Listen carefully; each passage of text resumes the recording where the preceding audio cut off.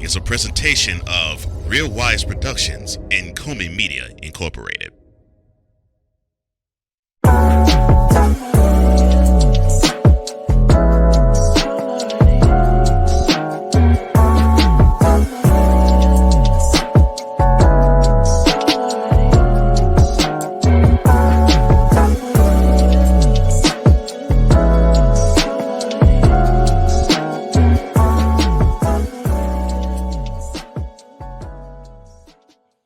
Two grown men having a debate and settling it in a controlled manner, and a man who decides to take his life via suicide. Next on Mentality.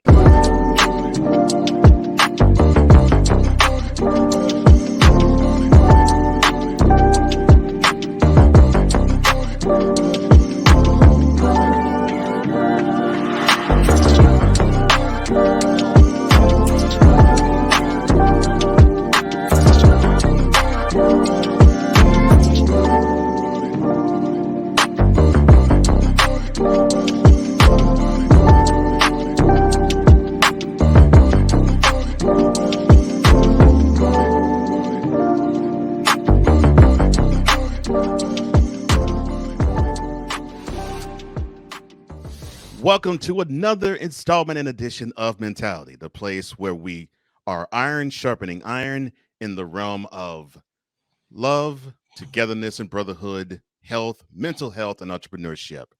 I am one half of that team, the co-host of this show, Cole Johnson, and joined as always by the other half of this show, the other co-host, Wize El Jefe. Brother, how you doing? I have to say I do clean up nicely, that's for sure. Besides being modest, he's doing well. Okay, I'm good, brother. I'm good. I feel great, man. I got a haircut. And just looking forward to another great show and everything that we got going, man.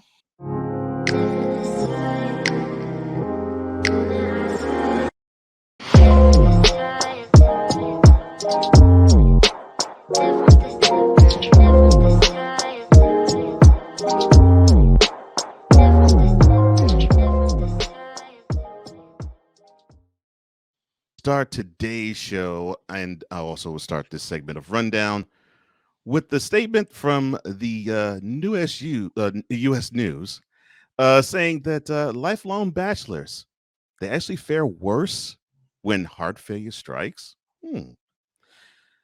Now, lifetime marital history appears to be an important predictor of the survival in men tactics with heart failure, but it's more so with men, not so much women. And they're targeting specifically lifelong bachelors, as senior researcher Dr. David Kyle, associate professor of medicine at the University of Colorado School of Medicine in Aurora, stated. He says, unlike men, women with heart failure who have never been married do not appear to be a higher risk of death than those of their male counterparts. So my question to you, speaking to a fellow married man, do you believe personally that a man lives longer or shorter being married versus being a bachelor? Oh man, that's a good question. That's a good question. It depends on the individual, I think. I don't see myself wanting like I think as far as married men, your wife tends to show concern when she knows you're not doing well, or if you tends to have high blood pressure or all these other things. So my wife tends to be on my case when she's noticing that I'm not eating properly, or so I look at it as she's to me, my wife has been a help, I guess. I think for me personally. Yeah. Well, yeah, mine definitely has been a help, and it's funny. Excuse me. It's funny that we tend to straight up how we think logically as men. We tend to think when our wives do this, we call it nagging, and sometimes even call them naggers. But when you actually have a sober brain and a lucid mindset, you do realize, oh well, yeah, they're doing this for my benefit, so okay, I might as well take heed.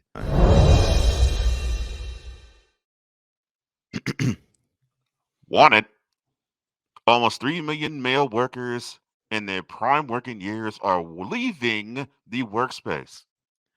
Yeah, you heard that correctly. A big reason why many employers are still struggling to find qualified candidates is that the people looking for jobs is now below what it was during pre-pandemic levels. And most of the shortfall in labor force participation can be traced to people 55 years and older, both in men and women, those who retired early during COVID 19 and other risks. But also, a less publicized factor is the men ages 25 to 54 have been dropping out of the workforce rate for decades. And their participation rate rebounded somewhat from 2017 to 2019, seeing as unemployment fell and wages increased, but slid during the health crisis and has yet to fully recover despite record job growth over the last 2 years. My question to you, sir, is do you believe men leaving the workplace and workforce is emasculating or liberating? Liberating. That's my goal, is to leave the workspace. And because there's so many opportunities now that weren't there before, especially in what we're doing with the Yeah. content creation and just the way digital content is being consumed and everything. There's just so many more opportunities. Like, you could, like, now it seems like you can make money in your sleep with certain things you can do as far as technology goes. To me, I feel there's so much more opportunity Yeah. for you to go into business for yourself. Yeah. Yeah. And I agree with that. And I think it's liberating, especially if you plan it correctly and you go about it the right way. Yes. When we grew up, it was all about, now I know you probably heard it from some members in your family. You grow up, graduate from high school, get that Get a diploma, then go job. to college, or get a job. If not, go to college, get a degree, and get a better paying job, and work until you're 65 at this one job that you gain. But of course, when we grew as young adults, we learned, well, it doesn't look like these employers want to have 30, 35, 40, 45-year employees. It's just Yeah. like they want to move on and find someone else to fill the slot that you put in a lot more, a lot quicker than those our parents' age, and definitely those our grandparents' age. Mhm. Now, we're going to Alabama. Now, normally, when we would say that, and you're seeing guys who look like us, normally it's a bad thing. But no, this is actually a good thing because a guy from Bermuda who moved into Huntsville has a mission of helping those in need. And he has something in common with many of the lawns that he mows across his city in Huntsville. So since 2016, he has run a nonprofit called Raising Men and Women Lawn Care Service, which they cut grass for free for the elderly, the disabled, on fixed income, single parents, and veterans. And it turns out it's really more than just a lawn mowing business, because because the nonprofit also helps youth in his community and also nationwide, teaching them the values of hard work, discipline, and giving back. Now, when you hear a story like this, how would you feel if someone would be like this person in your neighborhood? Oh, I would love it. I actually want to be that person in my neighborhood. Yeah. I would. That's one of the things I'm.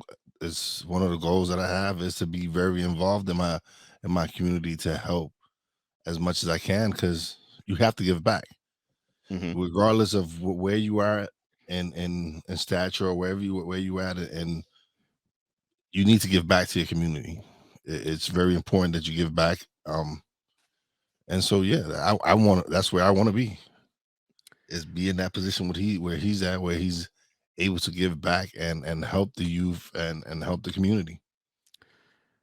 You know, when I saw this story, I immediately thought of you, and also immediately thought of your nephew, Bobby J, when I interviewed him for Revelations, and he talked about building a village. Yes. And I was thinking, this is a village-like type of men, again, mentality. It's village type mindset where you want to help pull the people in your neighborhood to higher levels of, you know, of showing what hard work does, of showing what kindness does, of showing what generosity does. And in this case, and the reason why I'm pulling this story too for us, what strong masculinity also looks like. You know, because I think one of the things that is missing in our neighborhoods, it could be yours where you are, it could be mine where I am, it could be in many other places, is the fact that we don't have those men that have your thought process of wanting to be in the neighborhood saying, look, I'm blessed and I want you to be a blessing, and I'm blessed to be a blessing. So here we go. You know, let me help you get to a better spot in your life by offering whatever I can to get you there. It is that mentality, it is that understanding, it is that um ethos, I'll put it that way, which produces a life that is richer where you're around. You know, you have richer neighbors, you have richer families, you have a richer community, and then you'll have a richer city if that were to all spread out and basically be like a rocky dropping in the lake, and it takes a ripple effect. Yeah. No, But yeah. no, Mhm. I agree with you 100%. And when I mean, and when you mean by richer, it doesn't mean by wealth. No. It means by just being able to help develop and grow people. Right. It's again, I like what I consider success. Someone else might not consider success. Some people might consider success being wealthy, making all this money. But Mm. I consider success being able to make an impact, Mhm. being able to impact them with the content that we're creating, the programs that we plan on doing. That to me is success. That to me is being able to leave that legacy so that my grandson could see that, hey, my pop was all about giving back, was all about people, was all about community. And so yeah, it, any way that we can, we try to give back. And when we get to a certain level, we plan on giving back way more to the community.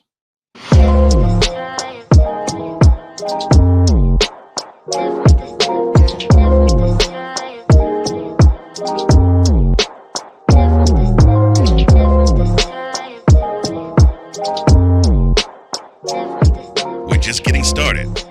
Mentality will return. Alicia. You can't hold somebody to that standard if you haven't voiced what you want and what you're needing from that. Mika. If you're not communicating expectations, you're waiting for your feelings to be hurt. Nicole. Yeah. A lot of people don't want to take the time out to be alone and to get themselves together. Ivan. You got to be willing to work through stuff. And from the jump street, y'all done had problems. Maybe you don't need to be working through those. BS3 Network proudly presents Queen 3 and King podcast. Live every Tuesday at 7 p.m. Central.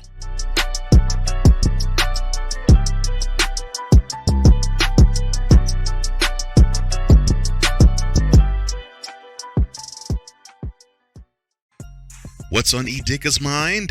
A and B, I'm going to see my way out of it. Because why? I don't care. I have a message for people who do nothing but complain about black people. We can't change who we are. you called the cops on me. I think that every time you call the cop on someone on a false accusation, your need to be a little bit punished. BS3 Network proudly presents a man with a lot to say, and is unabashed to say it. What's on E Digger's mind? Sundays at 7:30 p.m. Central. Check your local listings for your viewing and listening pleasure.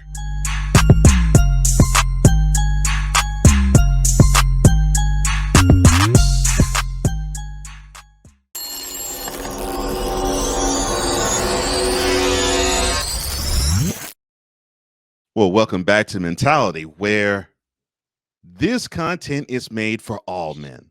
With Wize El Jefe, I'm Cole Johnson. And in this particular segment, we're going to talk about Jeremy Renner. Now, you may know him as one of the actors on the MCU, as Hawkeye, of course, in Avengers, and in his own series later on called Hawkeye. Now, some of you might know that he ended up suffering a hard to actually explain or understand accident in the new year trying to help somebody.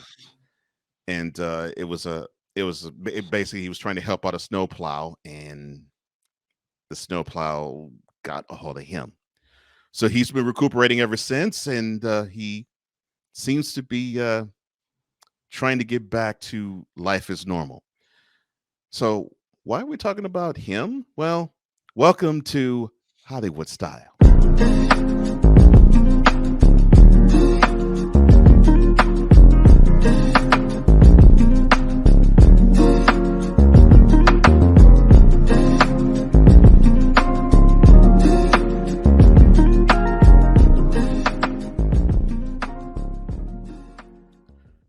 Well, Jeremy Renner is actually going to be doing an upcoming show. Will be aired on Disney Plus, and it gives you a behind the scenes things I think about him himself. But he on Instagram posted a behind the scenes photo of a metro bus being renovated as part of the show Renovations.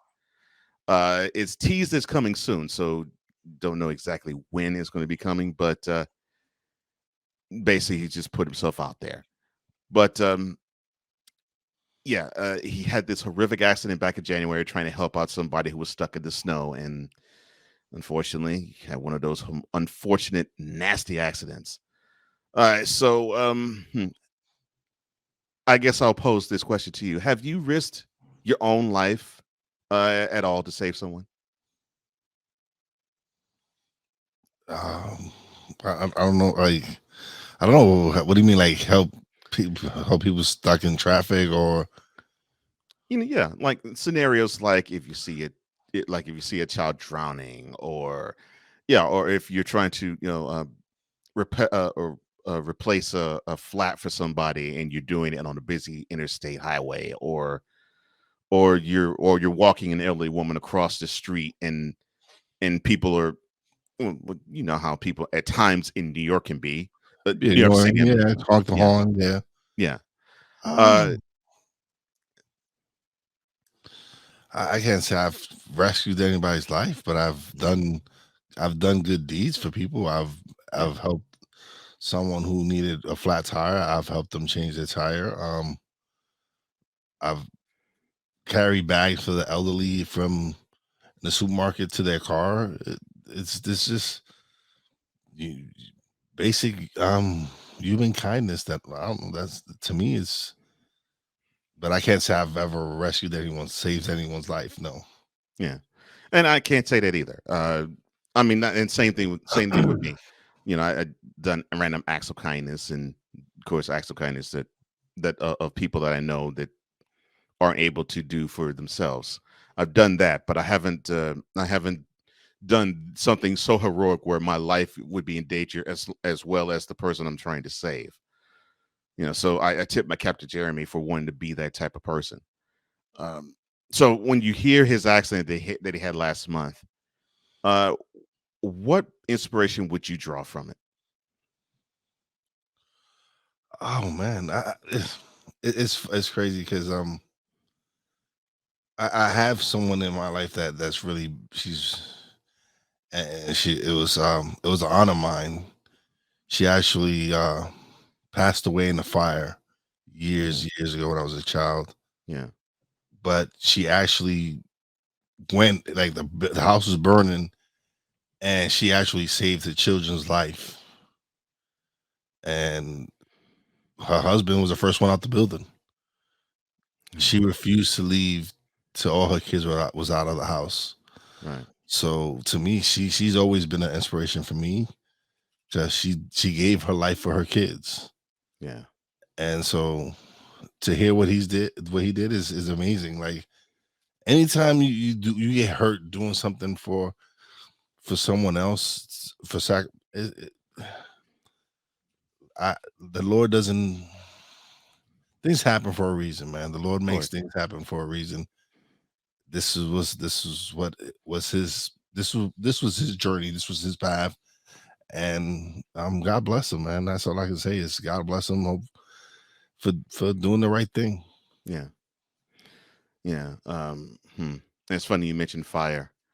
So I was 8, and the building in which my parents and I were living in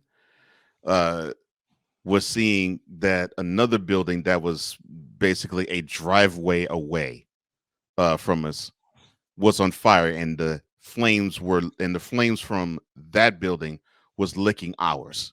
And I mean, literally, the flames were licking our house. So I remember. Like I said, I was all at 8. I remember I had to go upstairs and come from upstairs going downstairs. So I remember going downstairs, and I remember feeling this intense heat and having to keep going, and thinking that my father was going to be behind me, but he just waved me off. He's like, just keep going, keep going. And he wanted to make sure everybody, every man, woman, and child was out of the building before he left. And that has left an indelible mark in my mind. And of course, thankfully, he survived. He's alive even now. Yeah. And it's left an indelible mark, just like your late aunt left on you. Yeah, I totally understand that. So any setback, sort of like what Jeremy Renner endured, which was more physical than anything. Yeah. What lesson did you learn in dealing with any type of setback?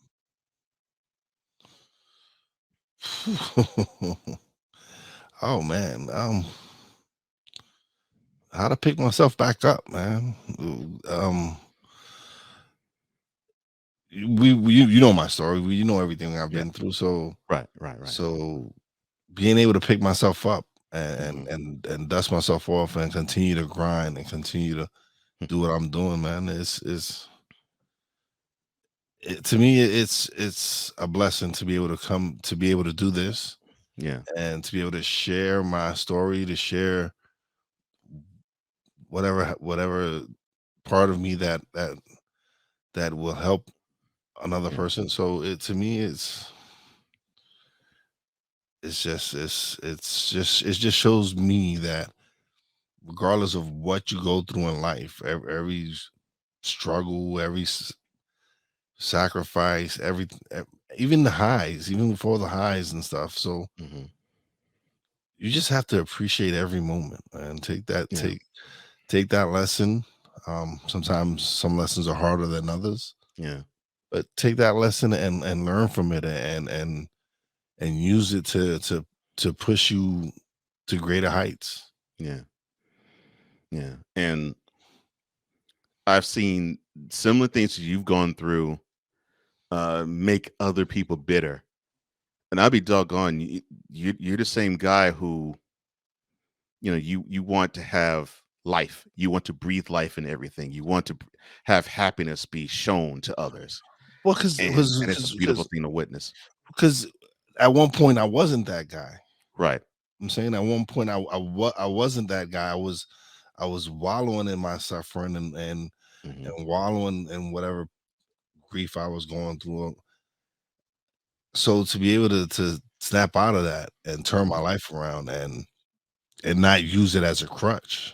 Right.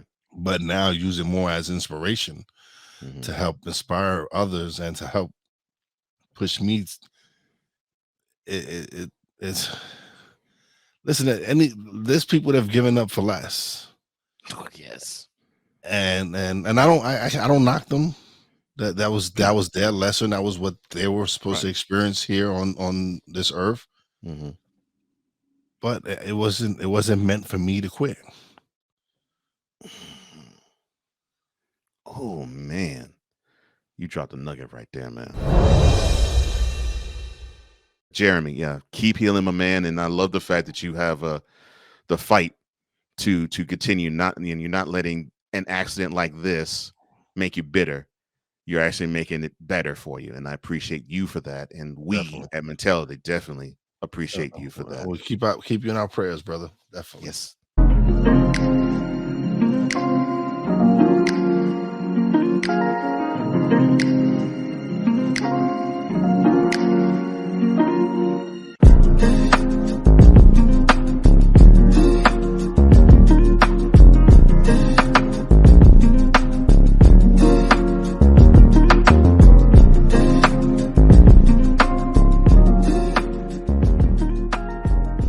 Mentality will be back in 2 and 2.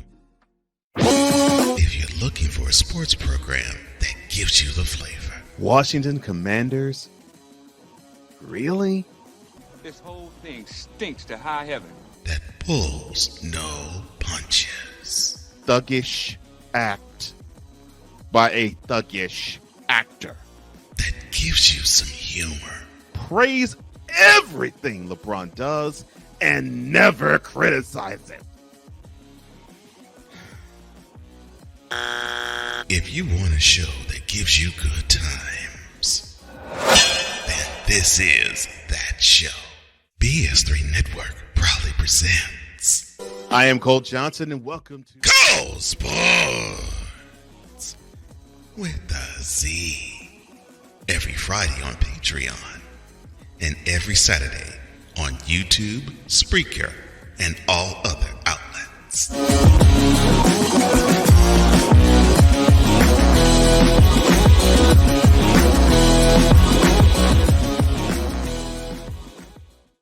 This is a BS3 Network presentation.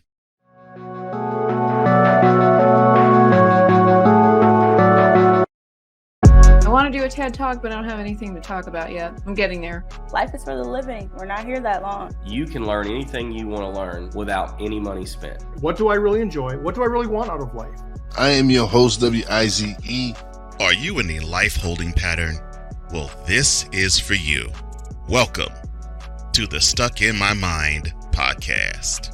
Live every Monday, Tuesday, and Wednesday at 4 p.m. Central.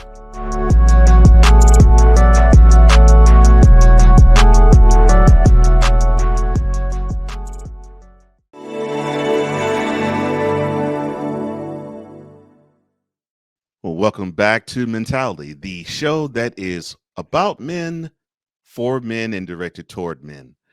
With Wize El Jefe, I'm Cole Johnson, and we talked about someone who did something heroic. Now we're going to talk about a man who decided to take another avenue, one that a lot of people would say is cowardly, one that a lot of people would say is nefarious, and one where a lot of people would disrespect the gesture that this guy did. And the gesture is suicide. And we will discuss that now in Standing in the Gap.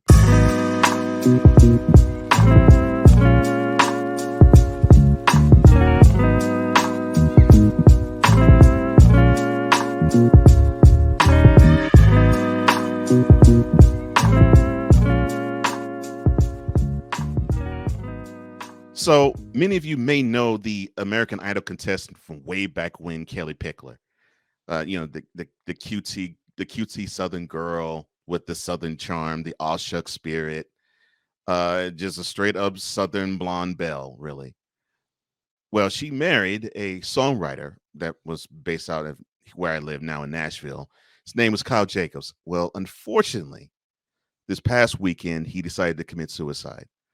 Now, the Metropolitan Nashville Police Department announced in a statement that Kyle was found dead inside the couple's Nashville area home last weekend, and that his death was and is still now being investigated as an apparent suicide. Now, Kyle was 49, and it sends shivers down my spine because that's the age I am now. And, it just makes me think, wow, I know life can get tough, but I hate the fact that life got too tough for him, that this was the answer that he decided to choose. Well, according to the police statement, his wife, Kelly, she told police that she awoke shortly before the incident and called 911 when she and her personal assistant were unable to open the upstairs bedroom door. And so the Department of Emergency Communications received this 911 call at 1:21 p.m. last Friday. So I will open this now for you. We've had these dark thoughts. I think I'm safe to say that with you. What do you think could have driven him to suicide? Who knows, man? Who knows what's going on right now? With it's so much going on right now. You never know what a man is going through, and that's something that's the reason why we're doing this program and doing this show, is because we feel that men are being under attack. We're not being here. We're not being heard. We're it's always, again, it's people perceive that our value comes from what we can provide. And that's what's really hurting us. That's what's really killing us, is because if you don't have the right paying job, or you don't have the right title, or you don't have this car or that car, or this label or that label, then you're not successful. Then you're not a man. Right. And it's ridiculous that our worth has to be shown by what we can provide. Yeah. And that's just not right. That's no one else is put under that microscope, under that scrutiny. big that scrutiny or whatever. Yeah. I'm reminded of a story that my father told me about one of my mother's late friends. Now, she visited my grandfather, and I think at the time she was like 21, maybe 22. And my grandfather was an inquisitive guy. I mean, he wanted to make sure that that he was heard, but he wanted to make sure others were heard too, and he wanted to see how their mentality was. Now, I didn't get a chance to really fully understand that because he died when I was 12. But I know as an adult, I probably would have enjoyed seeing how his mind turned and worked. So I got an understanding of this with the story that my father told when my grandfather asked a woman that I called my aunt. So he says, and he called her daughter, because she was such a close friend of my mother. So he said, so daughter, so what do you see in a man? What would you like in a man? And she piped up and she said, I want a man to be this type of height. And I think it was like over like 6 feet or 6'1". I want this guy to be about 200 pounds, and I want him to live in this type of neighborhood, and I want him to earn $70,000 a year. Mind you, this is 1972 when this conversation is taking place. Not today, not 10 or 20 or 30 years ago, 51 years ago. And so my grandfather shook his head and looked at my mother's friend and said, "Baby, you're gonna be a bachelorette for the rest of your life. You ain't gonna find someone like that." And unfortunately, those words were correct. She died never married.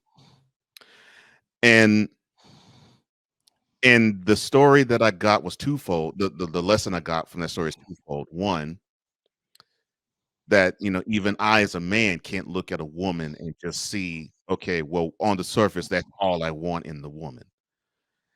And the other was, you can't simply put a price tag on a human being, because if you do, you're going to have human beings that are not worth your time and worth your while, and you're going to be meeting people that you're just not going to mesh with them, and or you might actually have a situation like this where you have these standards that are too high for this guy, so impossible, because you only see the external worth of him, not dig into the internal worth of him, and then you miss out on the jewel that is the man. And it's unfortunate. So how can suicide not be the answer? How could it not be the answer? Yeah. It might have been the answer for him. I can't. I'm saying I can't speak. I can't speak for him. It wasn't an option for me. All right. I'm saying it was something. Of course, everyone thinks about that moment. Like, I'll be the world will probably. You always have that moment where you're the world would be better off without me. Yeah. And I'll be the first one to admit I'm a sucker. I'm a coward. I was too scared to take my own life. Well, I'll be the second if you're the first, because I'm scared to take my own life too. I'm too scared. I don't have the balls. Yeah. But maybe that was his answer. Yeah. Again, I can't knock anyone. I don't know this. I don't know the circumstances. Right. But yeah.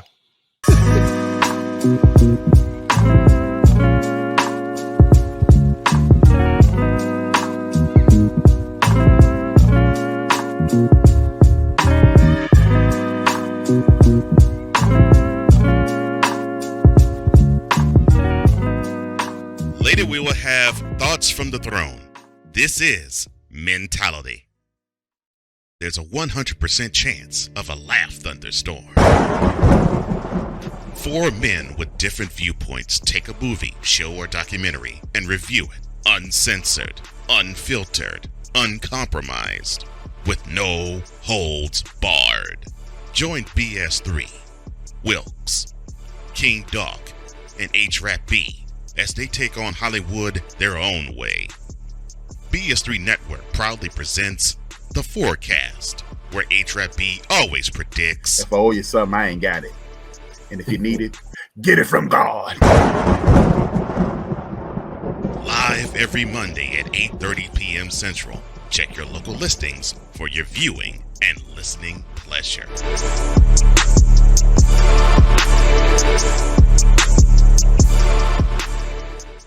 This is a BS3 Network presentation.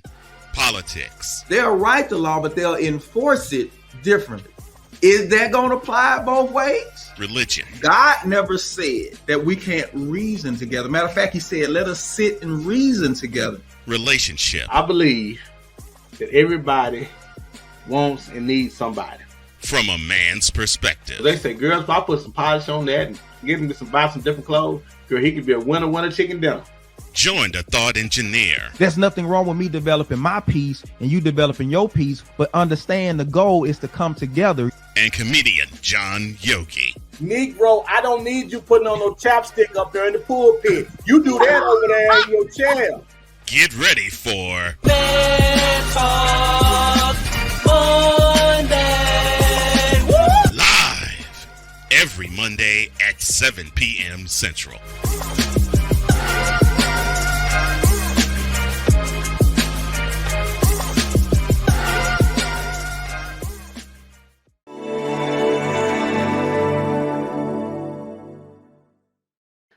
Rounding the third and coming home. This is Mentality, where we are the place where we're the ultimate masculine safe space. with Wize and Cole Johnson. And well, you have seen how brothers get along when everything is all cool and all and all gravy, as they say. But what about when that situation isn't that way? How can you actually be when you have aught against your brother? Well, I think we have a good example of how we're supposed to be as men in Brotherhood Goals.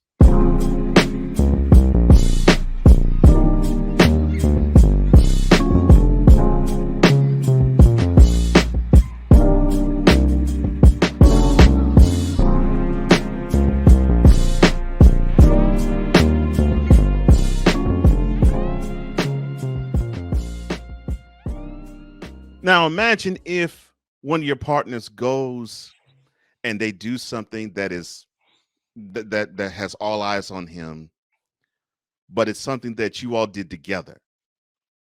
How would it make you feel? Well, if in the case of Willie D of the Ghetto Boys, it made him feel a little raw. It made him feel a little bit on the nasty and frayed side. So in their podcast, Ghetto Boys Reloaded, Willie D basically was fed up with Scarface for not including him in the Grammys Hip Hop 50th Anniversary performance where Scarface performed the song Mind Playing Tricks on Me. Well, for those who don't understand how the song is, so this was a Ghetto Boy song. This was not a Scarface song. Yes. However, Scarface wrote 3 of the 4 verses in the song.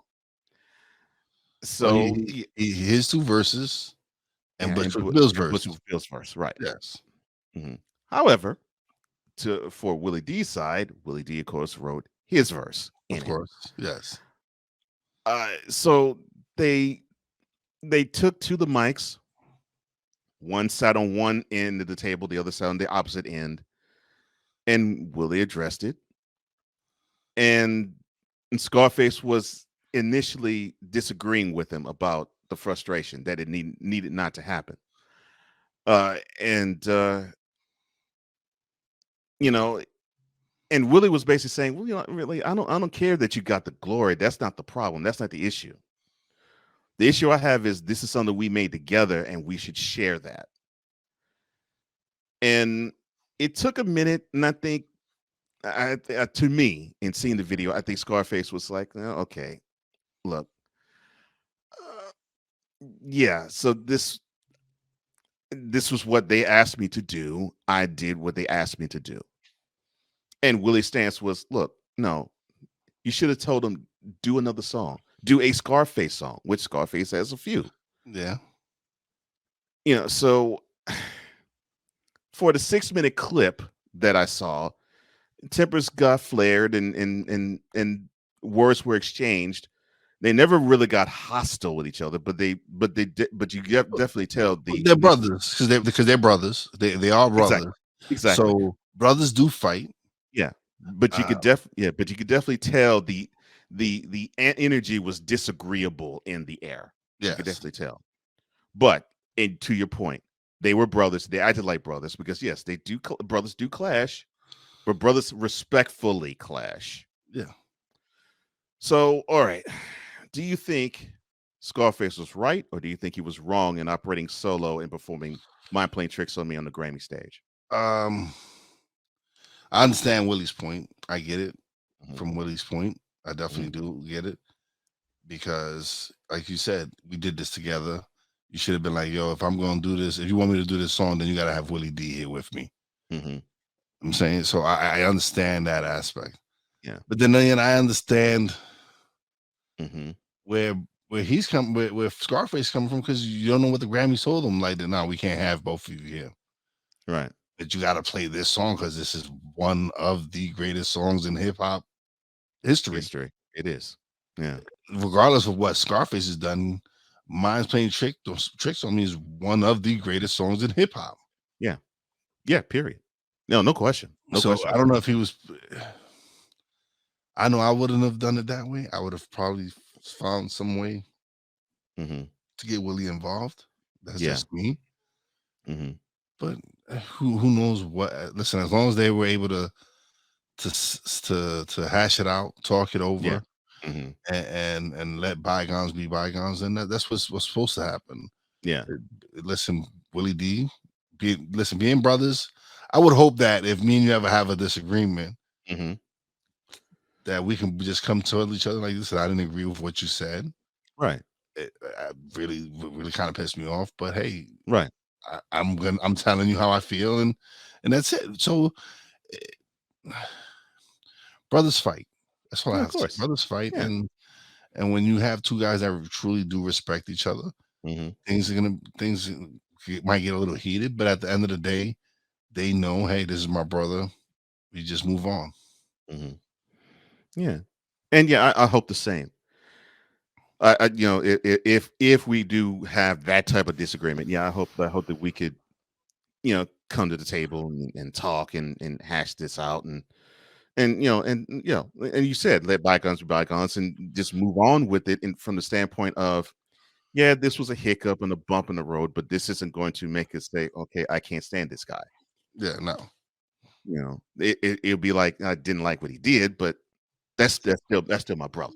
Yep. You know, that's what I hope, and I believe we're totally on our road, on our way there. Yeah.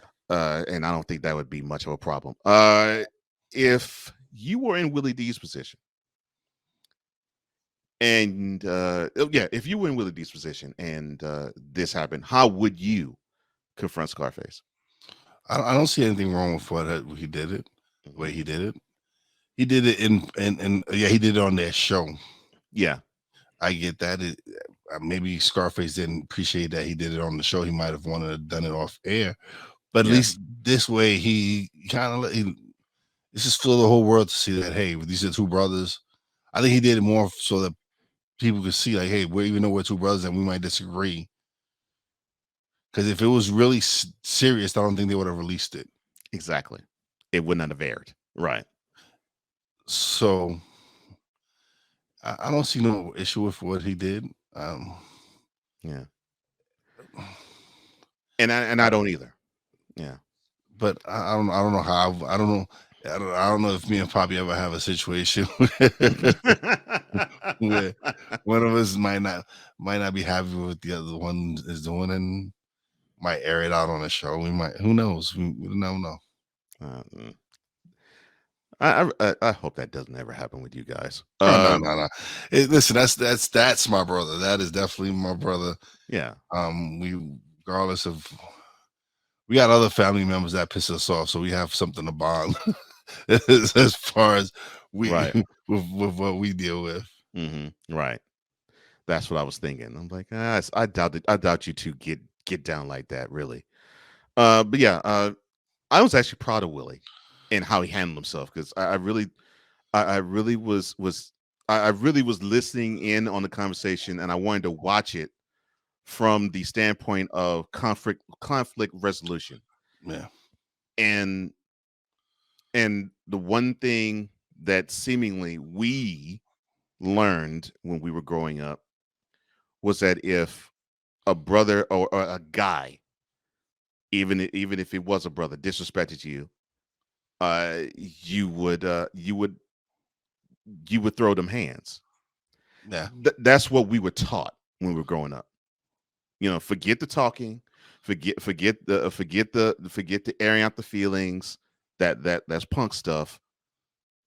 You fool, you mess with me, you pump me out, you emasculate me with this action, you gonna catch these hands. Yeah. And I was glad that Willie, being just a little bit older than the both of us, didn't come with that energy. He came with the mature mature masculine energy of, yo, you're my brother, but you know that was kind of foul. Yeah. And this is why it was foul. Yeah. Respect. I grew more respect for Willie when he did that, how he did it. Yeah. So obviously you really haven't, I don't think, been in too many of these type of situations with Poppy J. So no. Have you ever been in a situation like this where you clash with a close friend or even a brother, like like we saw with Willie D and Scarface?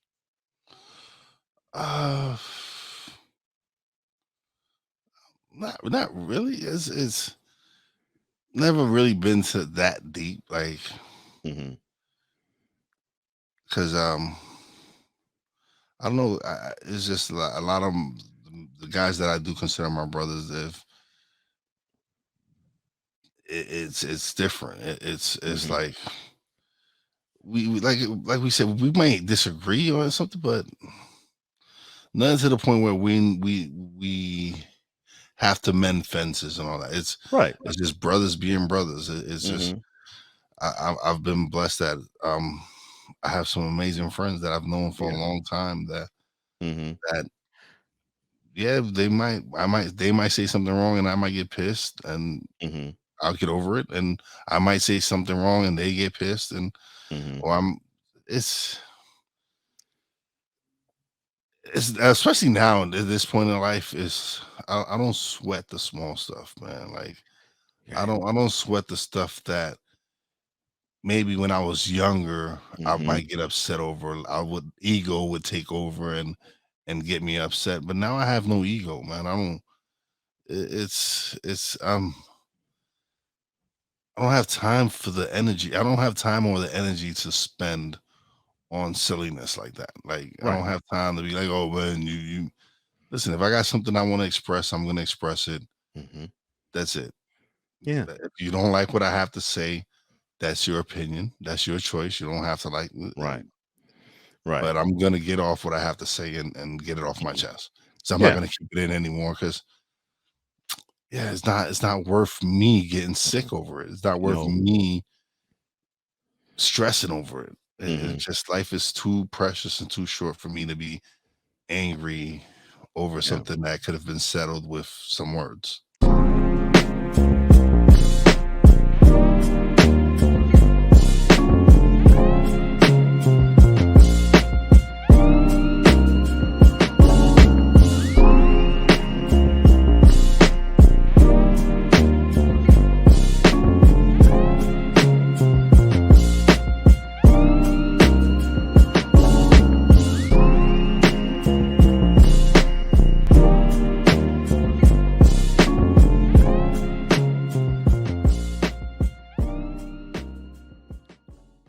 And now, thoughts from the throne.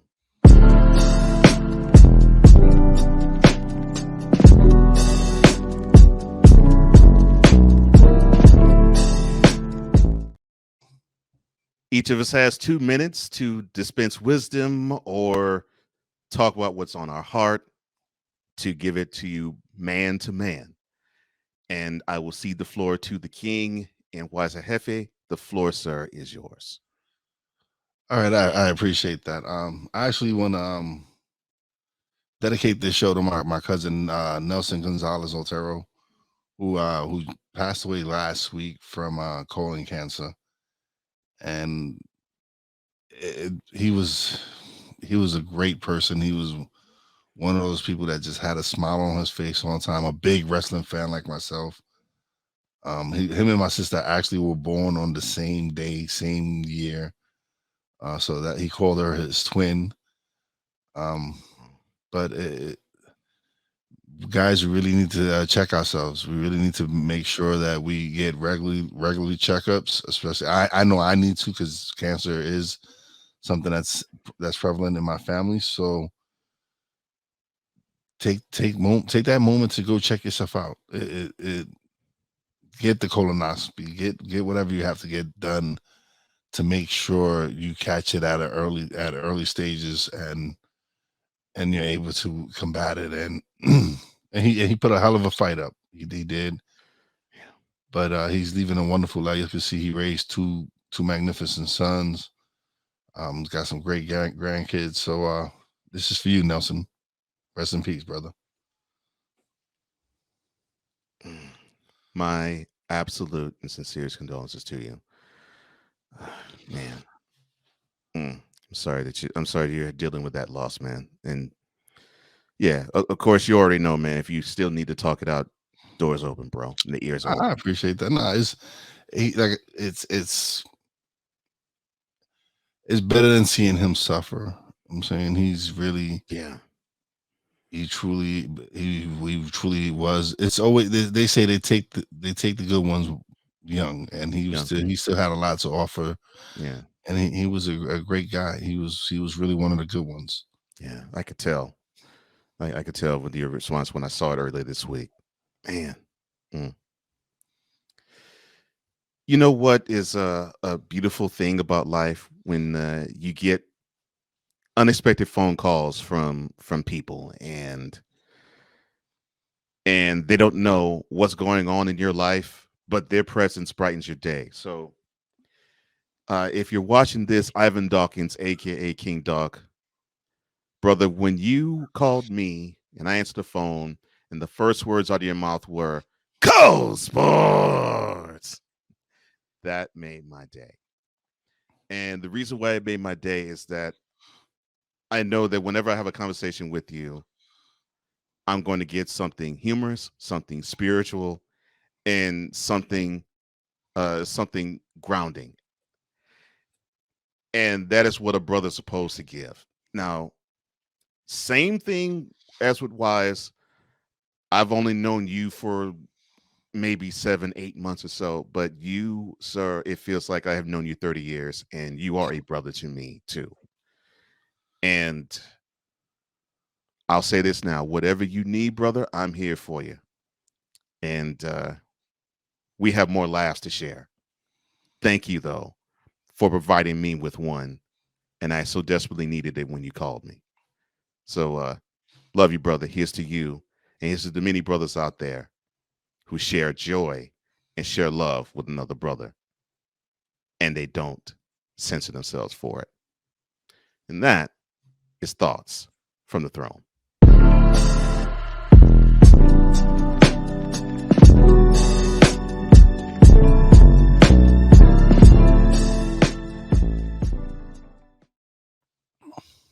Any parting words before we break camp, bro? Big shout out to APizzle, who just sent me a picture of him wearing Stuck in My Mind t-shirt. So big shout out, APizzle. Man. Oh, APizzle. One of our brothers in podcasting as well. Yeah, he's an awesome figure, and we appreciate all the love he sends us. Yeah, shout out to you, APizzle. Thank you again, man, because you're backing a wonderful show and Stuck in My Mind, and a wonderful podcast host and Wize and Jefe. Well, that will do it for this episode. I hope you enjoyed, learned, and felt as though you were seen with this episode. For Wize and Jefe, I'm Cole Johnson. I'm here to remind you that our secret technique is that we always speak with mentality. Till next time. That's 100.